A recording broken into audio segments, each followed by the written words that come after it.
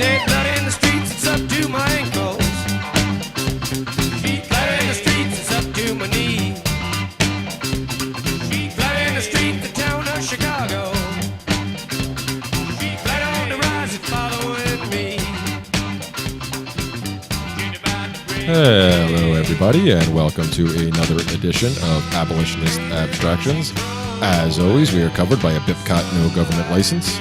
This allows reuse by anyone except governments and the agents thereof. You can find out more information about this at bipcot.org. So I am back, and it's just me this week. I know perhaps some of you have gotten used to me having guests over the past month and a half or so. And I fully intend to continue bringing guests on. I actually have a couple of people lined up that I want to have on really soon for some very interesting conversations. We're just trying to work out the times and stuff. And if you listen to the Seeds of Liberty as well, I'm sure you heard me say the same thing about the Seeds on the latest intermission podcast that we put out. But it's true. I'm not just blowing smoke up your behinds. There are people lined up. We're just trying to figure out when's the best time that we can sit down and talk. One of those is actually hopefully going to be happening soon with my friend Merrick Van Landingham, and that's going to probably end up being a multiple-part series on the Middle East and Israel and stuff like that. So, among other things, hopefully you can look forward to that in the future. Anyway, for today, since it's just me, there was a couple of things I wanted to cover. First and foremost, I'm going to smack myself upside the head here and say what an idiot I am, because I recorded a show a couple of nights ago, not for this podcast, for another podcast, and ended up deleting the entire thing. Way to go, Jay. Way to go. Oh, man. This is what happens when you end up not following through with your normal procedures, because when I record shows, I usually save them to certain files that I have or folders set up so that I can find them easily and then take care of everything, clean them up, get them ready to be published and whatnot. And for some reason, I decided this time around that I was going to save these files directly to my desktop because it wasn't going to be me who was going to be putting this episode out eventually. And I just figured, it'll be in a nice, easy place right there. I can just finish up editing it, grab it really quick, email it to the person I need to email it to, and we'll be good to go. Yeah, it didn't work like that. Unfortunately, by the time we had finished recording, I was kind of tired, wasn't paying as much attention as I should. And because it was on my desktop instead of in a little folder where I could see it more clearly, what I was doing, I accidentally deleted the wrong file, and because of my OCD, I had to clean out my recycle bin almost immediately afterwards, and it wasn't until about 10 minutes later that I realized I had deleted the wrong file. And over the past couple of days, I have since used a couple of recovery programs to try to bring it back with no luck, so that episode of that show is going to be lost in the ether forever. What a wonderful waste of 2 hours of mine and my friend John Vibe's time. Anyway, lesson learned. We will be more prepared in the future, and I will be a lot more careful. But anyway, like I said, that didn't actually have anything to do with this show, but I just wanted to call myself out for being an idiot. Next on the agenda for today, I guess, is really what I was looking to talk about, and that would be Mr. Trumpykins. The current resident of the awful office of the USSA, and things that are going on with him currently. And I'm bringing this up mainly because I've seen a lot of posts starting from last night into this morning, people freaking out or claiming, see, I told you so when it comes to Trump and guns, because apparently he made a statement, I think it was yesterday, in response to something his vice president had said, Mike Pence, in regards to the whole gun issue after the school shooting in Florida a couple of weeks ago. And Pence was basically saying that something needs to be done, typical politician speak. But it did seem like he was trying to couch it in a way that, well, yes, due process still has to be followed. Now, any of us who actually pay enough attention realize that due process means very little to these folks most of the time. It's only when it's convenient for them, and that's not just a Republican thing, that's a statist thing. Either side of the fence there, they play the same game. But from what I read up on that, Pence was saying something along those lines, and Trump immediately shot back with, well, why not take the guns first, then due process, Mike? And this quote is being shared around, and like I said, obviously the people on the left are screaming, see, we told you so, when the people who were anti-Trump and might be on the right were saying, see, we told you so. And, the talks of tyrant and stuff are coming out again. And I also read quickly a little while before I started recording this, and this one I haven't had a chance to verify yet, but there's also some claims going around that Trumpykins was actually the one who urged Senator Feinstein from California to put her gun ban bill back on the table again. I'm pretty sure this is the same bill that Feinstein referred to after Sandy Hook that she claimed she had been sitting in her desk just waiting for the right moment. Now, like I said, I haven't got the opportunity to verify whether Trump actually is the one who urged Feinstein to bring this back out or again. Based on what has gone on in the past, it doesn't seem likely that somebody like Feinstein would have needed an urge, to be urged on for this. She's already declared in the past numerous times, not just about that particular situation, but in other instances too, that she's literally had bills sitting in her desk waiting. So it seems unlikely that she would have needed a push from Trump, but it's not actually out of the realm of possibility. However, all of this insanity surrounding Trump and everybody freaking out about these things, I think people are blowing this a little out of proportion. And I'm going to explain why. Now, before I get into that, let me just state that I in no way, shape, or form support Donald Trump. I don't think he's a good guy. I think he's kind of a buffoon, actually. And I think he is an extremely dangerous individual now because of the position that he holds. But I believe that anybody that holds that position is a very dangerous individual. But with Trump, here's the thing. He shoots off from the hip almost all the time. He is not a very calculated individual, not what you would call a deep thinker. And I say this as somebody who is old enough to remember Trump back in the 80s. And ever since I remember being aware of Donald Trump, my earliest impressions of him were that he was this rich guy with a loud mouth who just said whatever came to his head. And like no filter whatsoever. Now that's kind of important too, because that's been talked about a lot. That was actually a big push for Trump getting elected. A lot of people out there claiming, oh, he just speaks his mind and, there's no filter on this guy and he's just going to tell you like it is. Well, that's true. But when it comes to the phrase not having a filter, a lot of people will claim that. I've claimed it in the past. The reality is, for the overwhelming majority of us, it's not really true.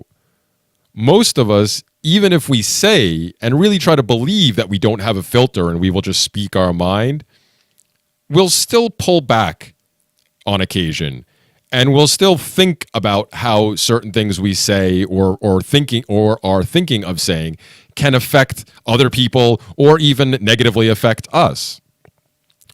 Trump, on the other hand, really does seem to be one of these individuals who literally has no filter and just whatever pops into his head comes spilling out of his mouth shortly thereafter.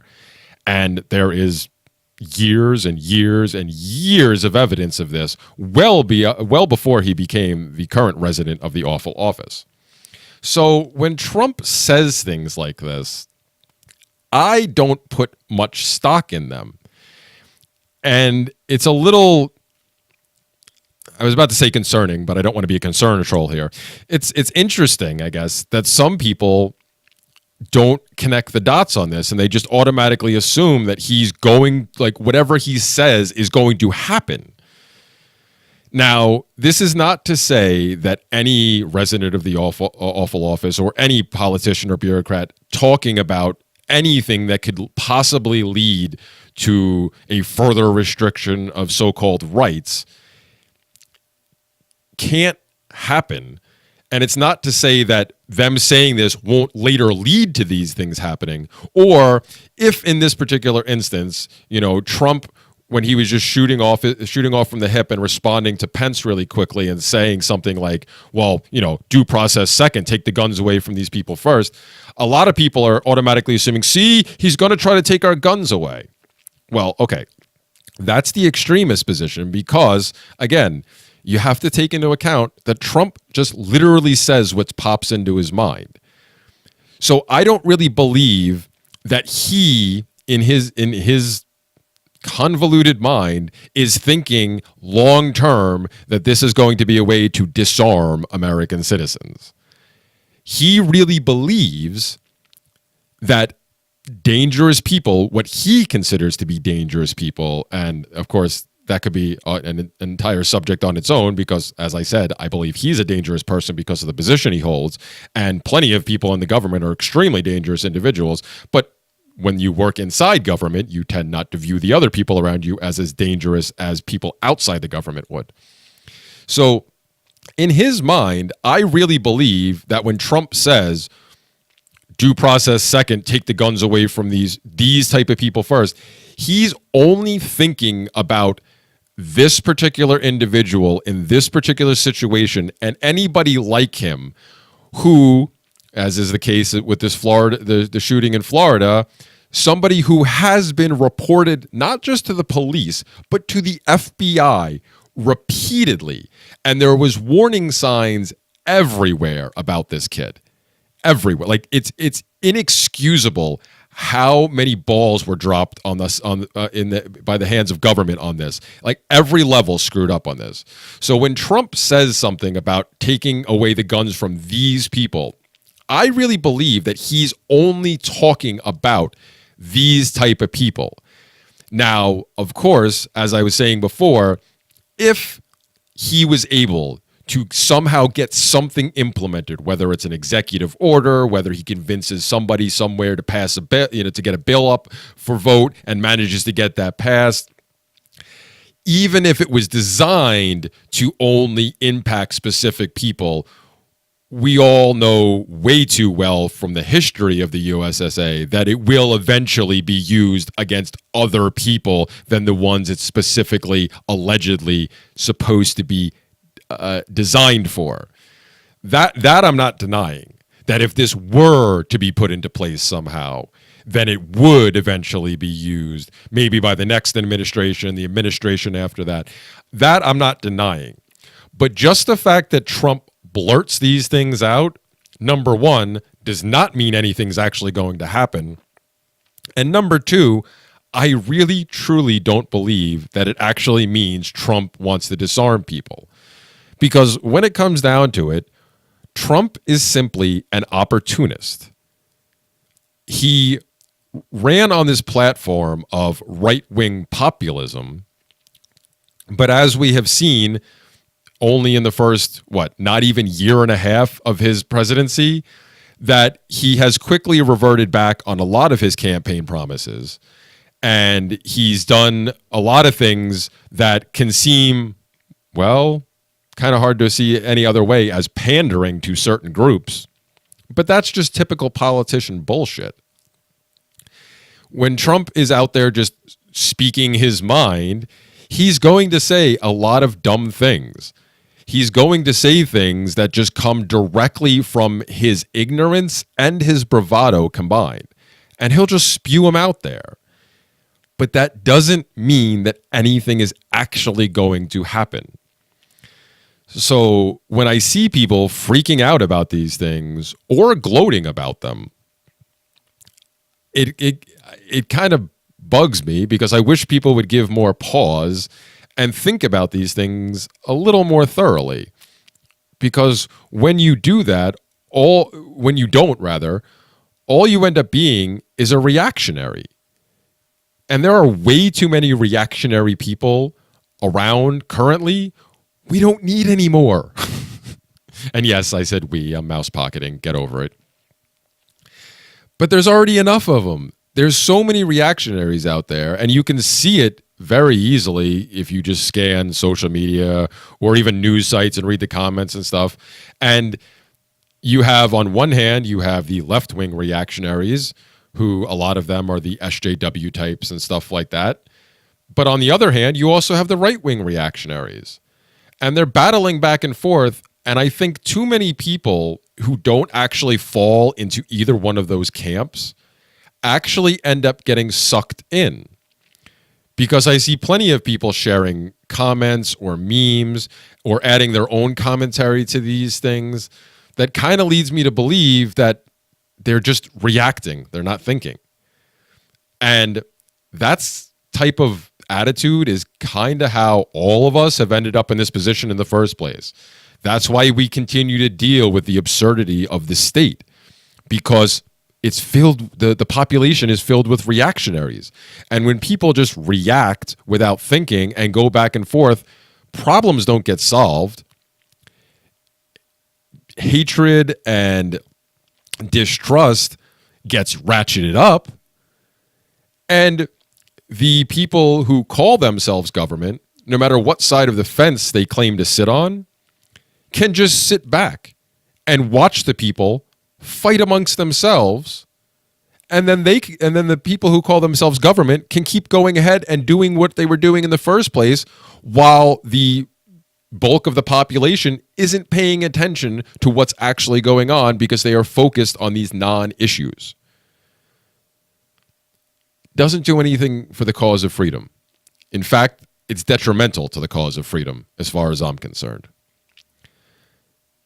So, like I said, I'm not a fan of Trump. I think the guy's a buffoon. I personally refer to him as the Mango Mussolini, not because I think he's some evil dictator, but it's funny, number one. As far as that and the Great Cheetolini are my two favorite nicknames for Trump. But it's also because it does kind of fit, because Trump, for his entire life, at least as far as I've been aware of him, has always been a cronyist. That is how he got to where he is. He originally had a lot of money because of his dad. And his dad, that's a whole nother story. We could do a whole episode on that. His dad was not a very good guy either. But he got a lot of his money from his dad, who was in real estate before the Don was. And if I remember correctly, he piddled away most of that on bad deals and then had to build himself back up again. But how did he do that?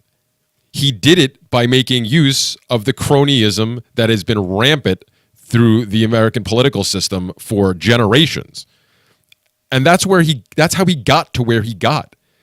And he's been filling the coffers of politicians for decades as well, all in hopes of getting things done his way, which is the very definition of cronyism, which is actually just a nicer word for fascism, the marriage of corporation and the state. That's what he's promoted. He used to do it from a left-wing position because he was a lifelong Democrat who, kind of like, I don't know, say Reagan, was eventually convinced to run as a Republican and say a bunch of things that sound really good, but he didn't actually mean any of them. It just sounded good, and it convinced the people on the right that, oh, he's our guy, we'll vote for him. But he's always been this way. So that's why I have no problem referring to him as the Mango Mussolini or the Great Cheetolini or any of these things, because he is a fascist. Most American politicians are fascist. We have lived in what's been called soft fascism for generations. FDR, huge proponent of fascism, loved Uncle Joe, Stalin, and all that stuff. and was so he loved the communists, he loved the fascists because he liked what Mussolini was doing. All those guys back then loved what Hitler was doing until he became too big of a problem. Then they had to stomp him out. But for the most part, American politicians have had no problem with these other ideologies, and they've even admired what they've been able to accomplish through these ideologies. But then the rhetoric they spew to the public is the opposite, to try to convince people that these are the enemy and that we have to stop them at all costs. Meanwhile, behind the scenes, they're congratulating each other and stuff like that. And I mean, I've been reminded of this just in the past couple of days because I finally started watching that series that Oliver Stone put out a couple of years ago, The Untold History of the America, which obviously has Oliver Stone's bent to it. I'm only like 6 or 7 episodes in, and you can tell like he throws George W. Bush in there as often as he could. So even if it's not even really related, there'll just be a mention of George W. Bush and then a close up of his face, because obviously, Stone's disdain for Bush is not hidden very well. And also his horrible, horrible, horrible interpretation of what he considers capitalism, and how he tries to lay the blame at a lot of this stuff at capitalism. But that's just a fundamental misunderstanding of the word, as is very common with most people. But the overall history is pretty good, and it lines up. And I kind of got reminded of how long people have been duped by politicians claiming to be claiming to be the opposite of what they actually are. So to sum that all up, basically, again, Trump's a fascist. That's what he is. He doesn't really hide that fact, but he's also an opportunist, because again, that's how he's gotten to where he is in life. He's an opportunist. He takes advantage of whatever situation he can. So he finally gets into office, which, that's another funny thing about him. Just a side note. I recall seeing something about him, claiming that he set out to win the presidency and he won it, and on his first try, and yada, yada, yada. And then, people have posted pictures and memes. It's like, do you not remember 2000 when you tried to run for president? And I think you tried to do it before that too. Anyway, but that's just, again, that was before he was a politician, but it's just typical politician stuff. I'll just say whatever I'm going to say and pretend the past doesn't exist, So my take really on this is again, don't put a lot of stock in what Trump says. I think you make yourself look foolish when you do. And whether it's to freak out about just things that come out of his mouth that are not anywhere close to being put into any kind of law or regulation or anything like that. He's literally just spouting things off. Getting all worked up about that and freaking out about it, not going to do you any good. Gloating about it and saying, see, this is what we warned you about, not exactly helpful either. Now, if he actually does do things that contradict what he claimed, then absolutely point these things out. I have no problem doing that. I've been doing it for the past couple of presidencies, and I encourage everybody to do so. Point out when they're wrong all the time. Point out when they contradict themselves all the time. Doesn't matter what side they're on. But to make it this big deal that, now Trump's definitely going to be coming for our guns. He's not, folks. And in reality, that's probably never going to happen. Now, I'm someone who used to believe this. I got caught up in all the hype with Obama when it was the threats with him were doing it, and everybody's going, Obama's coming to take our guns, and rah, Second Amendment, and stuff like that. And back before I became an anarchist, I was definitely in that camp and fearful that this could happen. But the longer time has gone on, and the longer that nothing has actually really happened, and technology continues to advance along with that, I believe the threat of that happening, an actual disarmament of the American people, is less and less. Because the reality is, the numbers are somewhere up around 300. I've seen more recent numbers that may actually be, that are closer to 400,000 I'm not sure, but let's stick with the 300,000 number because that's the one that's been used for quite a long time now. But there's plenty of evidence that there's at least 300,000 firearms in the hands of private citizens across the United States. There are less than, I believe, last time I checked, I think it was 1.1 million, but I've heard numbers again recently that say it's lower than that, but I'll stick with the 1.1 million number for now because that's the one I am aware of that I was able to verify last year. About 1.1 million law enforcement officers in the United States. The Army, the Navy, like all the military, I think that number is under a couple million too. So I think when I ran the numbers a year ago, it was somewhere in the neighborhood of all the potential people that could be considered the enforcement class that would supposedly be sent out to confiscate the firearms of the American citizens are outnumbered people-wise over 300 to 1. Because the best estimations is there's somewhere between 330 and 350 million people in the United States. So just on a people number, just with the people numbers, they're outnumbered over 300 to 1. And then when you add to that all of the firearms that are actually in the hands of private citizens, and yes, I know that number is inflated a little bit by some people who own gigantic collections, but still, when you average it all out, the enforcement class has been, is, and always will be outnumbered. That's just a fact of life. That's just the way it's always been through pretty much every government. The enforcement class is always outnumbered. They rely on fear and the horizontal enforcement by the citizenry on the rest of the citizenry to keep things flowing. Because without that, they have no power. They may have guns, they may have tanks, they may have all these things, but they are greatly, greatly outnumbered. And I think deep down, most people in power recognize that. So they will do anything in their power to try to keep the people convinced that they need the government, that they need these people. Because once it's recognized that the need isn't there, everything falls apart. So based on all this, I can't feasibly see a confiscation ever happening here.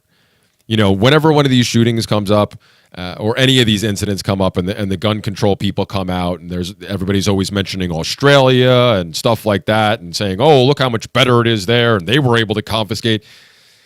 Comparing apples to oranges, folks. Two completely different cultures. Two completely different sets of people, two completely different sets of rules that were in place before all this started. And guns weren't, firearms were not as widely proliferated through Australia as they were through the United States to begin with. So it wouldn't be as difficult to confiscate any guns. And in most of these situations, when it comes to gun confiscation, there's plenty of people that end up doing it willingly out of fear. They don't want to get in trouble, so they'll willingly hand over their guns. I mean, you see stories about that even today when there is no actual threat of confiscation here with the people after these shootings who there's the stories of people going in and turning their firearms into the police department because they don't want to hold these weapons of death anymore. Plenty of people do that stuff willingly. So it's not like there was a door-to-door campaign, and there would almost definitely never be one here because of all the reasons I've listed. The fact that so many people are armed. Most people are smart enough not to let the government know how armed they are because, well, that was kind of the whole point. I've talked plenty of times about how I think the Constitution is a worthless document. And I fully subscribe to the Lysander Spooner theory and the outline of why he believes the Constitution was a flawed document to begin with. I'm fully on board with that. But even if you want to take it on its face and look at the Second Amendment and what that was supposed to all be about, it was always supposed to be about defending yourself against a tyrannical government. So plenty of people over time either never bothered to register certain weapons, or they had them before, at a time before registration was even a thing. So there's tons of firearms out there that the government has no idea about. And as I think was proven, well, maybe not proven, but there's really strong evidence of it now, that, what happened in Florida with the one deputy, and now there's been reports, and I'm still waiting for actual confirmation on this, but it seems to be the case that there was at least 4 police officers who did not enter the building during the shooting in Florida while kids were still being shot and they were bleeding out. If they're not, if current day police officers who are armed and have bulletproof vests and, all that type of gear on them are not willing to enter a firefight in a school, when it's been reported that there's one individual firing, if they're not willing to enter in that situation, how willing do you think these people are going to be to go door to door and demand that people hand over their firearms? Seems really, really unlikely. If it ever were to come to, like I said, I don't think it'll ever come to a confiscation, but the only way I could ever see the gun situation being reduced here in the United States would be if other laws are passed, possibly like, well, how gun control was originally set up. It was originally designed to keep firearms out of the hands of blacks because, well, there was a lot of racist issues back in the day. Still plenty of them today, but a lot more back in the day. And that's actually why those laws were designed. But, other laws being put in place that will make it more difficult to purchase firearms, like the different states that have tried to make it illegal to now own firearms if you have a, medical cannabis card, stuff like that. It'll be sneaky, underhanded stuff that will attempt to disarm the citizenry. But I really don't believe there's ever going to be a full-scale door-to-door confiscation. It's just not feasible here. There's way too many people, way too many guns, and way too much space, and not nearly enough enforcers. And going back to the number of enforcers, I mean, like I said, we're talking about somewhere in the neighborhood of 3 million, I think, was the number I got last year when you add them all up. How many of those 3 million do you think would actually be willing to do all these things? Chances are not that many of them are. Even if it's half, heck, even if it's 3/4, you've still cut that number down even more significantly, and the disadvantage gets even larger for them. And here, another example of why I don't think this could ever work and why I think people blow this way out of proportion is you look at a place like where I'm currently stuck in the Democratic People's Republic of New Yorkistan. After Sandy Hook, Prince Andrew Cuomo raced out and had to make sure he was in the front of everything, and he had to pass the most comprehensive gun control bill ever, even though, Sandy Hook happened in Connecticut, not in New York. But Cuomo had to be first to the line and had to make sure that he was, because that's back when he was actually thought he had some kind of chance of running for president, which, I don't know anymore. It's the fact that Trump got elected. Now I think it might be possible. Before that, it didn't seem possible at all because nobody ever wants to have anybody from New York. That's just the way it seems. Although, Trump seems to have broke that mold a little bit. But Prince Andrew jumped out there and had the quote-unquote New York SAFE Act passed, which was insane in and of itself because I remember when that happened. That's back when I was still paying attention to politics, and they actually had an emergency meeting. The New York State House and the Congress and everything had an emergency meeting where they managed to propose and get the bill passed in like record time, essentially in the middle of the night, because I think when it officially passed, it was something like 1 o'clock in the morning, and then Cuomo came out after totally not using his governorial privileges to speed the process up on a lot of other bills and stuff that actually could have been more beneficial to people, he always played the, well, I have to wait at least 3 days before I sign these things so I can think about them. Oh, he bypassed all of that and made sure he signed that thing into law that night. That was back, when was Sandy Hook? 2011, I think? So we're talking 6-7 years now. It is currently estimated that despite the New York SAFE Act, which they did actually have to walk back some of it because that was the original. The original bill was when they said it was illegal to have anything over 7 rounds at a time in your weapon. And they thought they were all proud of themselves. And then the gun manufacturers went to Cuomo and said, you realize nobody makes a 7-round magazine, right?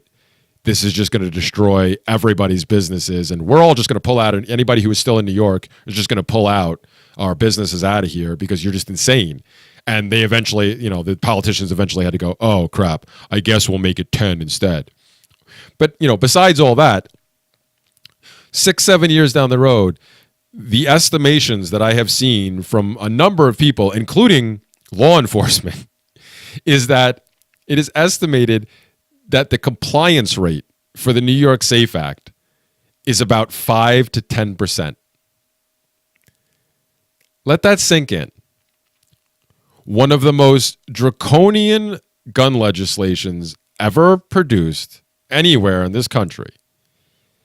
In what is considered one of the most progressively run states, at least as far as the fact that New York City controls the entire state, and the population density in New York causes in New York State, in New York City causes all the politics to be drawn through there because the power center of the city kind of outshines the rest of the state, which actually, especially the further and further you go north, is a lot more Republican and a lot more right wing and a lot more, I want my guns and just leave me the hell alone than people think of when it comes to New York.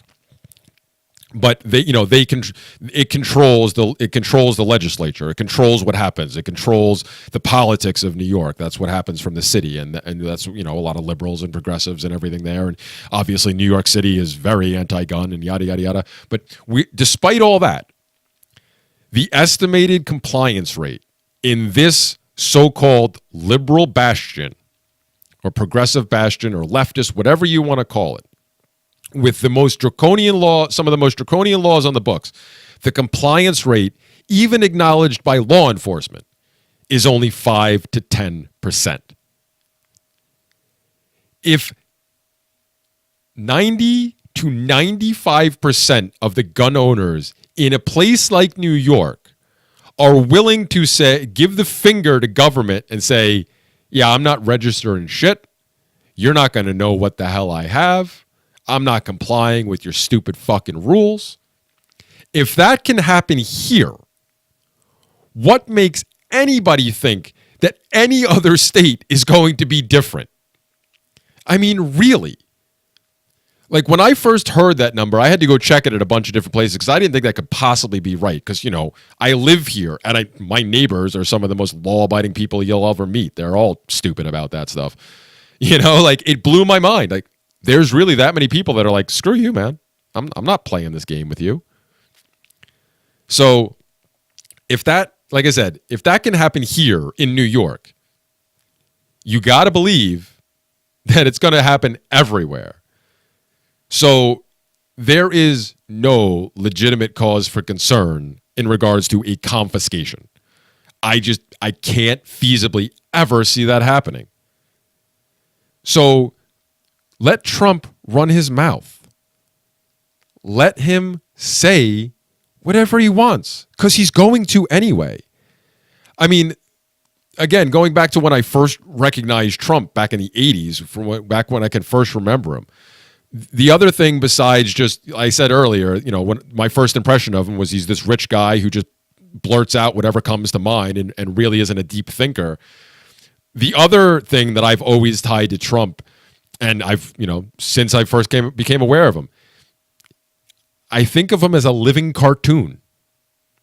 That's really, to me, that's what he is. He's just a living cartoon. He's audacious. bombastic blowhard and just says whatever he feels. And just because he has this current position of power doesn't mean whatever he feels is going to actually transpire. So I really wish people would stop worrying so much about this, number one. Number two, try not to gloat about it so much either. And definitely don't freak out about it when he says these things, because it's not going anywhere. I mean, if you pay attention to Donald Trump long enough, he will contradict just about every point he's made. Just give him enough time. Anyway, I've been ranting on and on for a little while now, so I think that's about all I got. Thank you, everybody, for listening. This, once again, has been Abolitionist Abstractions.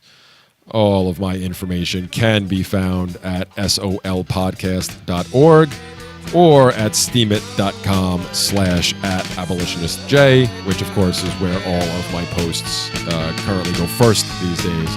This episode will actually be up on B-Sound first, and then it'll make its way to all the other platforms. So again, thank you, everybody, for listening, and I'll catch you next time. Love, peace, and voluntary interactions for all.